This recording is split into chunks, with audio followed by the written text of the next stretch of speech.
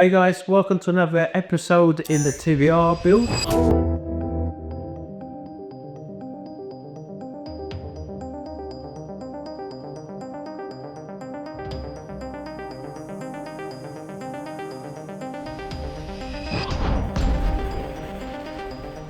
We've got the original bulkhead of the Cerbera. That's the original header box assembly with the servo. It's very unusual to see servos on these. They don't usually come with servos, and I didn't even know he had the servo until I went on the shelf and had a look because I was looking for this, and then I thought, oh, it's all complete because Bovelis used to work here. He'd stripped it and put it all on the shelf, so I didn't get to see any of the parts that come off. So, which is good because we're going to take that servo off. We're going to use the R33 servo, master cylinder, and clutch slave cylinder, so everything will be off the 33, so it's all matches. And Jamie's going to tidy this box up. He's going to cut away the rotten nuts that were holding it all together, so he's going to do that, and then he's going to put it into the original position. He's also going to cut this section up because all we're going to use is that section and that section for now. So Jamie's going to cut all of that off that we don't need, and then we're going to bow it all in place. That he's already pre-drilled the holes where that needs to be, and then once that's in place, and then we can fiberglass this section into the car, and then we'll have the steering position. Yeah, that section that Jamie's going to put in goes here, and then you've got the wheel tub underneath, and then you've got this section that closes it all up. Now on the Cerbera, it doesn't go all the way down, probably because of the steering rod. I want it to go all the way down, so when you open up the bonnet, all you're going to see is engine. I don't want to see any suspension. We're just going to close it all up here, and as you can see, the steering points right up where we want it to be. Yeah, it's going to determine where we put this in this section because I want it to be all underneath. Exhaust manifolds on that side, right? Yeah. So we've got the intake manifold on this side. So we might have to notch this bit here. I want to get this covered here, but I don't want this to go through the bodywork. I want it to go underneath the bodywork.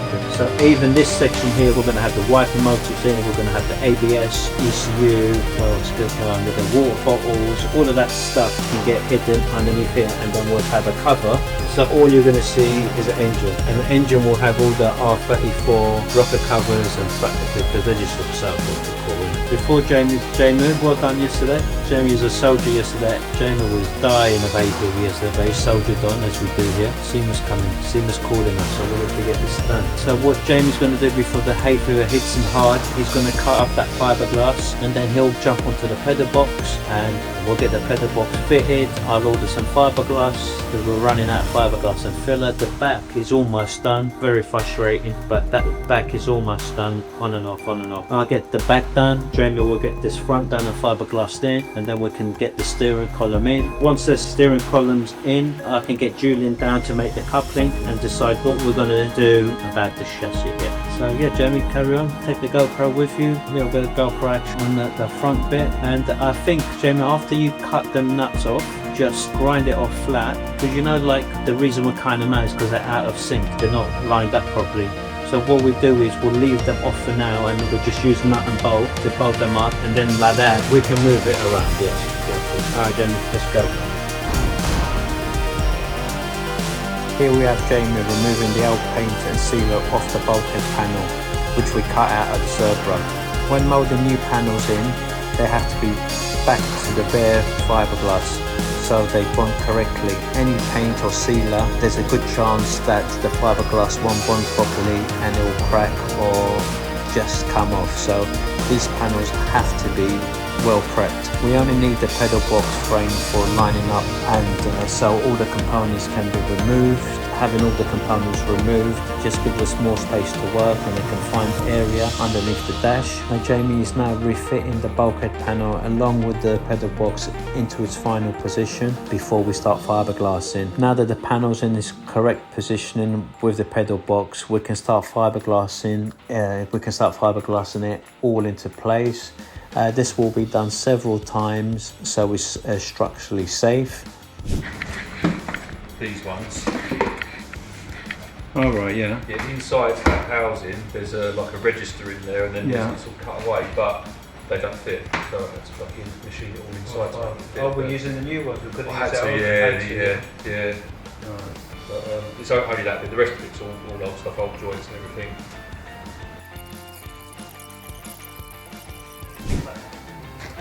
might feel like something like this and it's a project. It's a different story. You can value, is it worth the time versus paying out money? We have Julian back finalising the position of the front suspension and wheel positioning. We need these to be in the correct position before we can fiberglass the inner and outer wheel arches. If we don't get this positioning right, we'll have to cut everything out again because we'll have rubbing issues with the wheels and suspension and what have you. So we need to get all of these in the correct position before we can actually start making the inner and outer wheel arches. Also, we'll get the correct ride height, and then once we know the position, we'll get plates cut out, laser cut, and I'll weld them back in once the chassis is off the car, or off the show rather. Rear axle and diffuser also gets refitted to allow. Also, the rear axle and diffuser can now be fitted so we can get the correct ride height with the front axle. Yeah, and while we're here, I'll tidy up the rear wheel arches and get the correct radius so everything's symmetrical from side to side.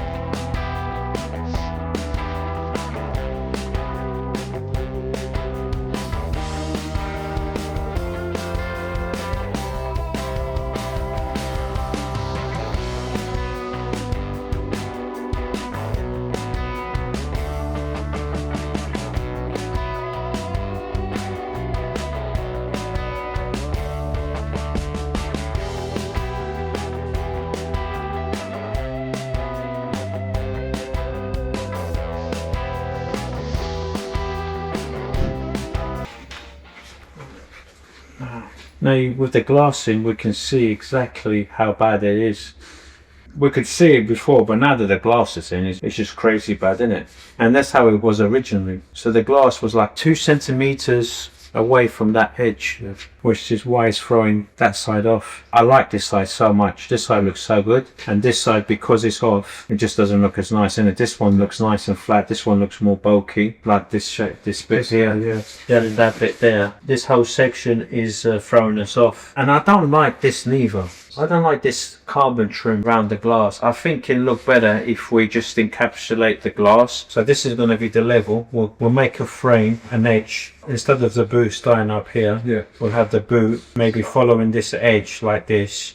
We're going to redo the whole bottom section where the glass sits onto the frame because it just hangs over the edge and it doesn't look right.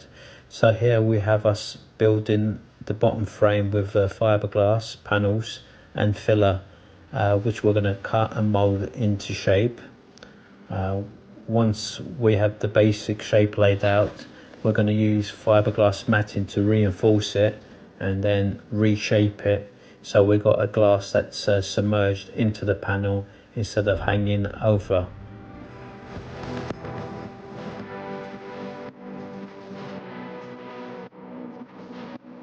This takes a lot of time to do because first of all you've got to get the right fitment for the glass, and you also have to have the right gap that goes around the edge for the sealer to go around so it doesn't look like it's sitting funny. So it's got to sit at the right height, also fit round the sides, the bottom edge and the top edge correctly. It's got to have, I would say, a 6 millimeter gap that goes all the way around the edge, and height wise it's got to be around the same. So once we add the sealer to bond the glass into the car after paint, that it sits flush with the bodywork. So there's a lot that goes into making this actual frame. It does take some time. In the video it looks like it's only taken like 2 minutes, but it actually took a number of days to get it done correctly. Also the roof, top edge of the roof is at a line which has to be fillered so that the glass, once it's sitting in place, it'll have the correct height, or else it'll look lopsided, which we'll get to later. But yeah, this is going to make the complete rear end of the car just look completely different and make it more modern looking. Yeah, So yeah, happy with the way this will turn out.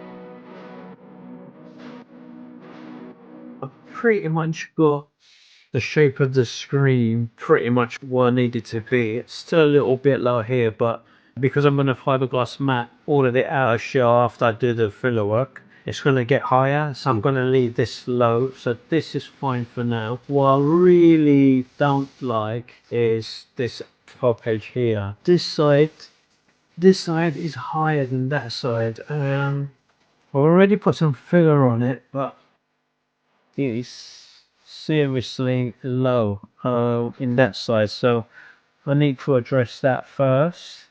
It's about halfway. It's like the car's lopsided. This whole car's been lopsided from the start, this side, that side. Yeah, if I don't get that edge balance, and then when we put the screen in, the screen's going to look weird as it does now. So I think what I'll do first is, well, I'm going to get these side edges correct. I'm going to sand them down first, because if I need to add more filler to the edges, and then I can do it at the same time as I do that. But we're definitely way too low on this side. Okay, so let's do this.